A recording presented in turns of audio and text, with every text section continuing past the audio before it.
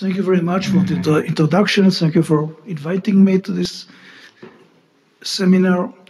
I would like to add the Israeli perspective of civil military relations from the perspective of religion. Let's start with a short background. Since the 1980s, a large number of Orthodox religious young people have been joining the combat ranks of the Israeli Defense Forces, the IDF. To clarify, we are talking about the Orthodox differentiated from the ultra-Orthodox, the Haredi population. The ultra-Orthodox doesn't serve in the military, but only on base of specific quotas, while the Orthodox are subjected to the conscript, to the regime of conscription. They comprise about 10% of the population. What we see here is an encounter between two motivations. The motivation of the young religious people was to protect what they perceive as the only greater land of Israel. Only greater land of Israel means regional Israel in the 1967 borders plus the West Bank. From the military point of view, it was encouraged by the motivation to fill manpower gaps caused by the declining motivation among the secular middle class, the historical backbone of the military. But at the same time, religious communities were motivated to reduce the religious soldiers' exposure to the secularization impact of the military, which from the religious point of view, it's a big problem since the beginning of the military, since 1948.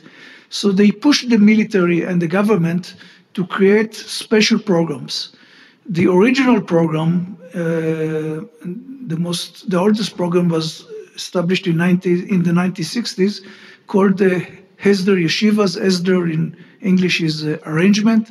It's a special track combining religious studies in yeshiva with a military relatively short military service. And the newest form is Mechinot in Hebrew, pre-military academies or pre-military colleges. It is a special program through which young people delay their service for a year or 2 years and are educated in a special academy that trains them to deal with military life. Part of it is by spiritual training of the officer of the soldiers to be better equipped to deal with the secularization impact of the military. So the result was a gradual creation of critical mass of religious soldiers. They constitute about 25, even more % of the Army's combat force. Half of them are coming from these special programs that just mentioned. A few words about the Hesder and the pre-military colleges. Most of the pre-military colleges and many of the Hesder yeshivas are built in the West Bank, which is very significant. Some of them even built in unauthorized settlements, or settlements that were established without a clear permission of the government. They work under the auspices of the state, but without clear state inspection over the curriculum studied in these yeshivas and academies. And this is important because these institutions provide national ultra-Orthodox socialization for the students with two main principles. First is the duty to preserve the settlement project. And as you know, this settlement project is highly debated in Israel and, of course, in the world. And second is the agenda to reshape the military's culture. Part of it is to challenge the perceived weak, old, secular elite all the elite of the military. For example, religious blame this elite for not being committed to the value of victory, or too much committed to liberal trends such as feminism.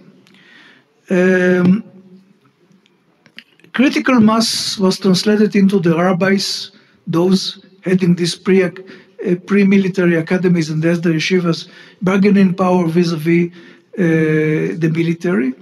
And they raised several demands that I will mention in a moment. And on its side, the military compromised much of its freedom of operation in order to, and accepted many of the rabbis' demands out of concern to guarantee an uninterrupted flow of manpower from the religious communities to the combat roles. Gradually, religionization of the military has been developed. And I'm going to present four main manifestations of religionization. One is all expansion of the military rabbinate.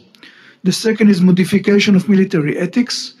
Third is modification by terms of regarding the rabbis as legitimate party to negotiate the students' deployment in religiously disputed regions. And fourth is theocratization by means of exclusion of women. Let's start with all expansion of the military rabbinate. In the early 2000s, the military accepted the expansion of the role of military chaplains from the traditional role of providing religious services to religious socialization of secular soldiers. This role expansion, of course, disrupted the monopoly of the education corps, another branch of the military, over the educational activities in the IDF. In 2006, the chief rabbi declared, and I'm quoting, "Part of my job as the chief military rabbi, perhaps the central part, is to reconnect the soldiers with the values of Judaism." And when he talked about Judaism, we of course referred to the Orthodox version, not the reformist or the conservative, the Masorti, more progressive versions. In 2010, the military command formalized the rabbinate's new task to instill, I'm quoting, Jewish consciousness in the soldiers and commanders to reinforce their fighting spirit. So what we see here is an association between good soldiering and Jewishness. We have to understand the background for this. We are talking about the second intifada, the second round of hostilities between Israel and the West Bank and Gaza Strip that broke out in 2000. It followed almost 10 years of relatively calm and peace following the Oslo Accords of the 90s between Israel and the Palestinians. And when the Intifada broke out, there were a lot of concerns in the military about the preparation of the soldiers to deal with this new round of warfare, with a lot of criticism over the liberal trends that were blown in civil society. And let's not forget that only a few months before the Intifada had broken out, Israel withdrew its forces from Lebanon after almost 18 years there, and following a lot of pressure from civil society. So the military could not, from its perspective, to trust the public school system, and it was looking for solutions to educate and motivate the soldiers. And the rabbis offered the military a ready-made toolkit for educating the soldiers. Much of this was built on the good reputation of religious soldiers, a reputation that was built, or an image of reputation that was built since the 70s. So commanders acknowledged the association between good soldiering and Jewishness. To this end, the rabbis even increased their presence in the field units. They recruited a new generation of rabbis with combat background, So these young rabbis could be accepted as a kind of source of military religion authority by the troops. Role expansion of the military rabbinate expanded to quasi-psychological role, something that is very familiar from other militaries as well, to help soldiers to deal with their fears. It was part of the self-assigned role of the field rabbi as a community rabbi providing mental health to support the soldiers. But what was very important is that the chaplains legitimized the soldiers' rights to be fearful by listening to them and helping them to cope with their fears, especially in the eve of major ground operations in Gaza. And for example, they organized the public prayers and other practices very similar to what we know from other Western militaries. The result of the empowerment of both military rabbinates and the civilian rabbis, again, those heading the pre-military academies and the Esder yeshivas, was the creation of double hierarchy. The formal religious authority in the military is the military rabbinate.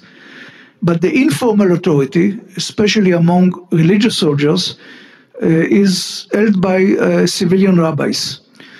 These rabbis developed, since the 90s, theological writings about laws of war, and they built strong ties, and this is very important, with their students after the students graduated from these academies and yeshivas and joined the military. And these students, while turning to the military rabbinate in advice on technical issues, such as dietary laws, they consulted with their civilian rabbis for advice on more complicated issues, such as gender relations and laws of war. Therefore, the traditional status of the military rabbinate as the supreme religious authority in the military was challenged. Second manifestation is the modification of military ethics. What we see in Israel, especially since the Second Intifada, is a gradual revival of the idea of religious war and defining the Israeli-Palestinian conflict as a religious war. This was accompanied by attempts to modify the military ethics. Most important is setting messianic goals, which mean to inherit the whole country promised to the Jewish people in the covenant of Abraham. For example, in 2012, the military rabbinate released an educational document featuring a photo of Jerusalem Temple Mount. What is missing here in this picture?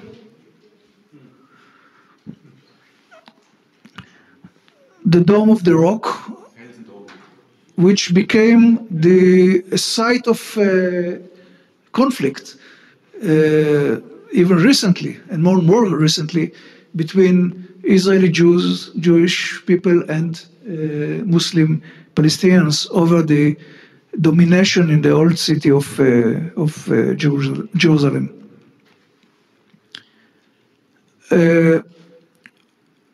Other issue in the modification of military ethics was demands for less restrictions on the use of force against civilians. Since the 80s, since the first Lebanon war, Israel has been increasingly engaged in urban warfare. And in this regard, ethical dilemmas appeared about the balance between risking own soldiers vis-a-vis risking enemy civilians in situations where risk can be transferred from our soldiers to enemy civilians by using aggressive firepower with less discrimination between combatants and non-combatants. Prominent rabbis, including the heads of the pre-military academies and the Esder yeshivas, opposed the role of international law in guiding the rules of war. I think that Rabbi Ederberg mentioned it yesterday. They opposed the role of international law in guiding the rules of war and argued that since Israel's war were ordained by God, what is called commanded war, milchemet mitzvah, religious commandments should guide the rules of war. Therefore, they demanded the relaxation of the ban on killing enemy civilians. More than that, putting soldiers at risk in order to protect enemy civilians, which means to respect the immunity of enemy civilians, became illegitimate.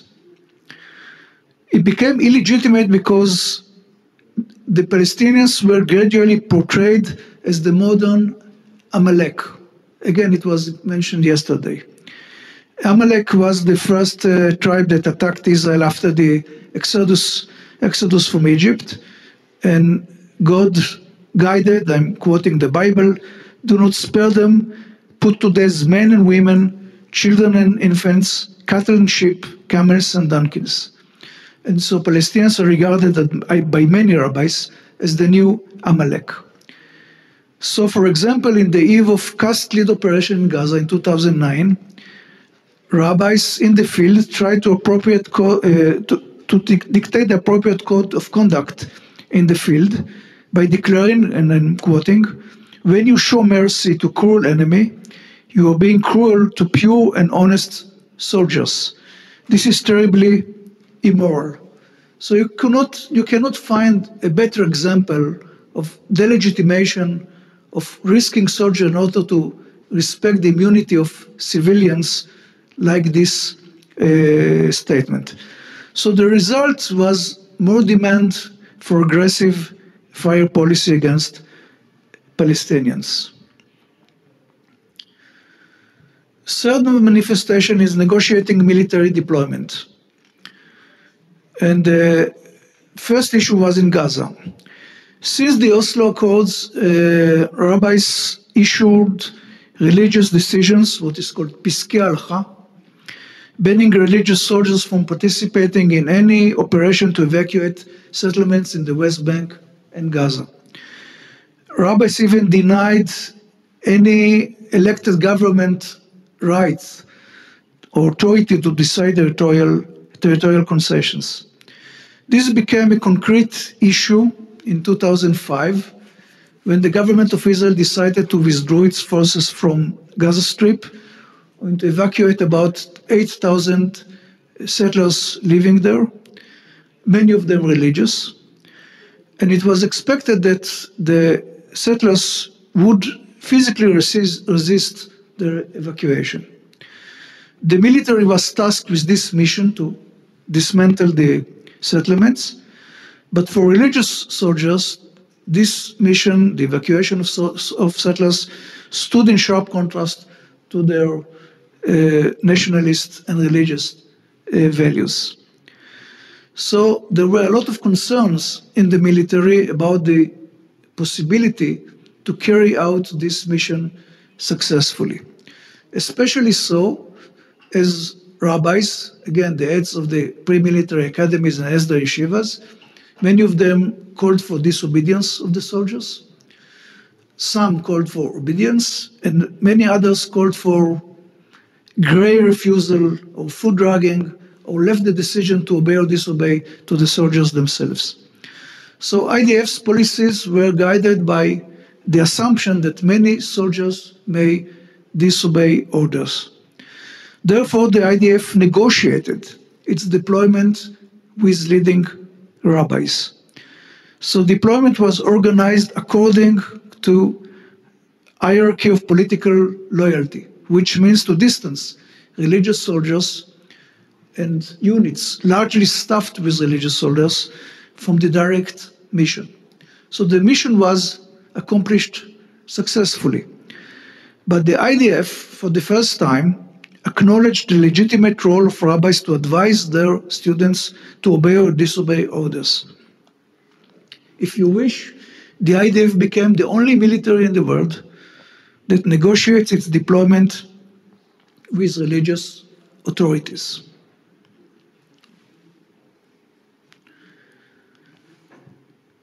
After this disengagement in 2005, the agenda shifted to the West Bank, where the casing point is the evacuation of illegal settlements, those built without clear permission of the government. And the Israeli government pledged to the US administration to dismantle many of them. And of course, there is the issue of future evacuation of legal settlements, which is precondition for any resolution of the Israeli-Palestinian conflict. And of course, the mission in the West Bank is more complicated than in Gaza because the territories are imbued with religious values more than in Gaza, and because of the local bonds between the settlers and the military. Some IDF officers are themselves even residents of illegal settlements. So what the military did is to institutionalizing the policy of distancing religious soldiers from the direct mission. Still, there was appearance of signs of protest and disobedience.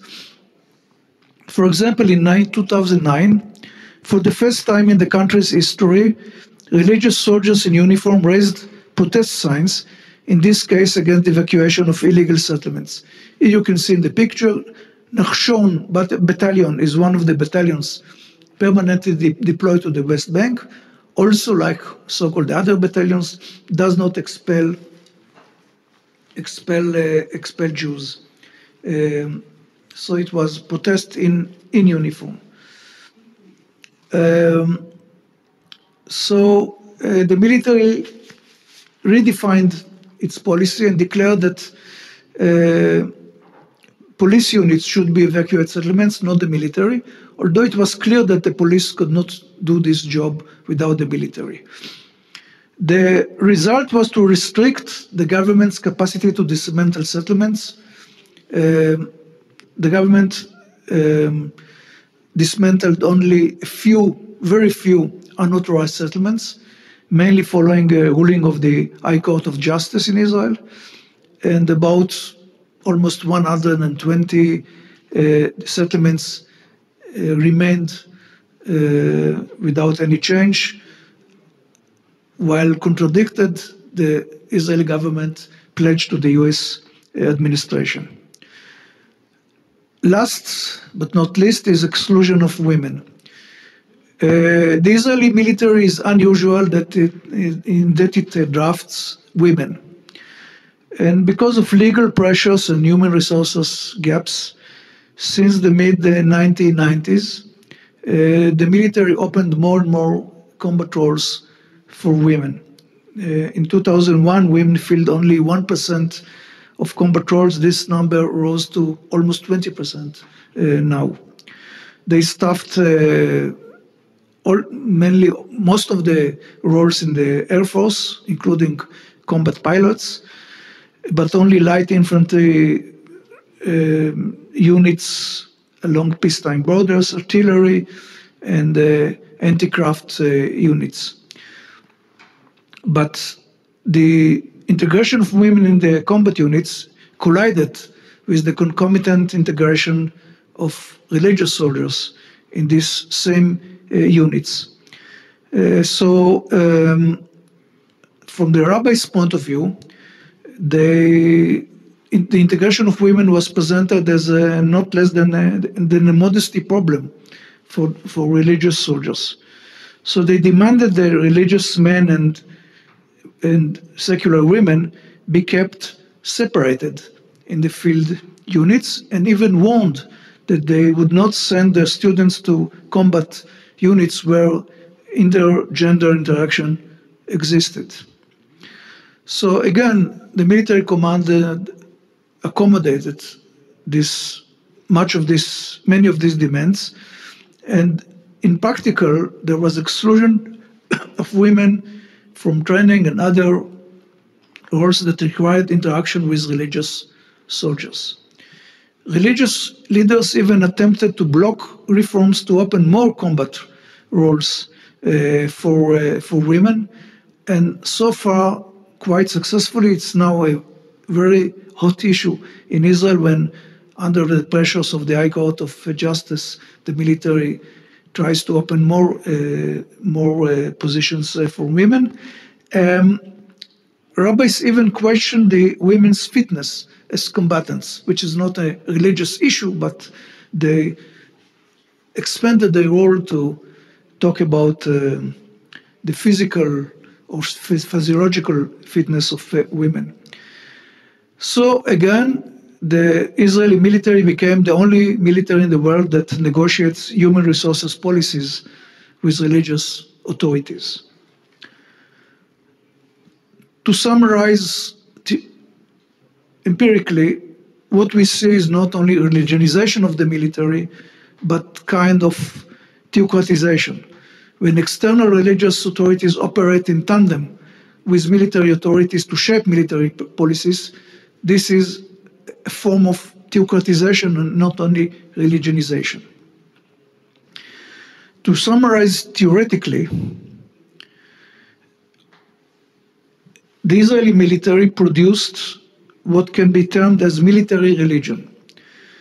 And this conclusion is drawn from comparative study of other militaries as well. Military religion means that extra-military pre-existing religion is diffused into the military, but then may be reinterpreted and militarily harnessed and thus morph into multiple forms. The source and the legitimacy of this don't come necessarily from chaplains or from the rabbinate, but can become from secular sources as well.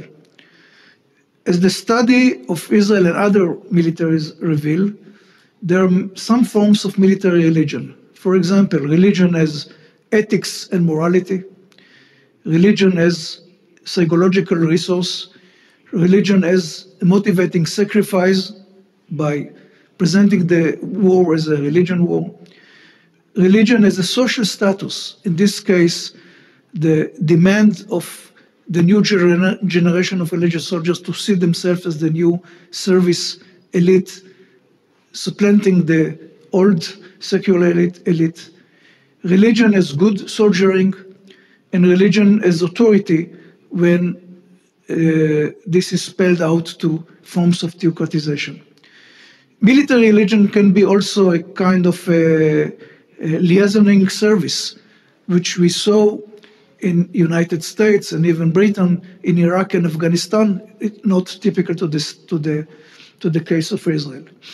So to conclude, the more military religion morphs into multiple forms, thereby expanding its domain of influence, the higher the level of desecularization or religionization of the military.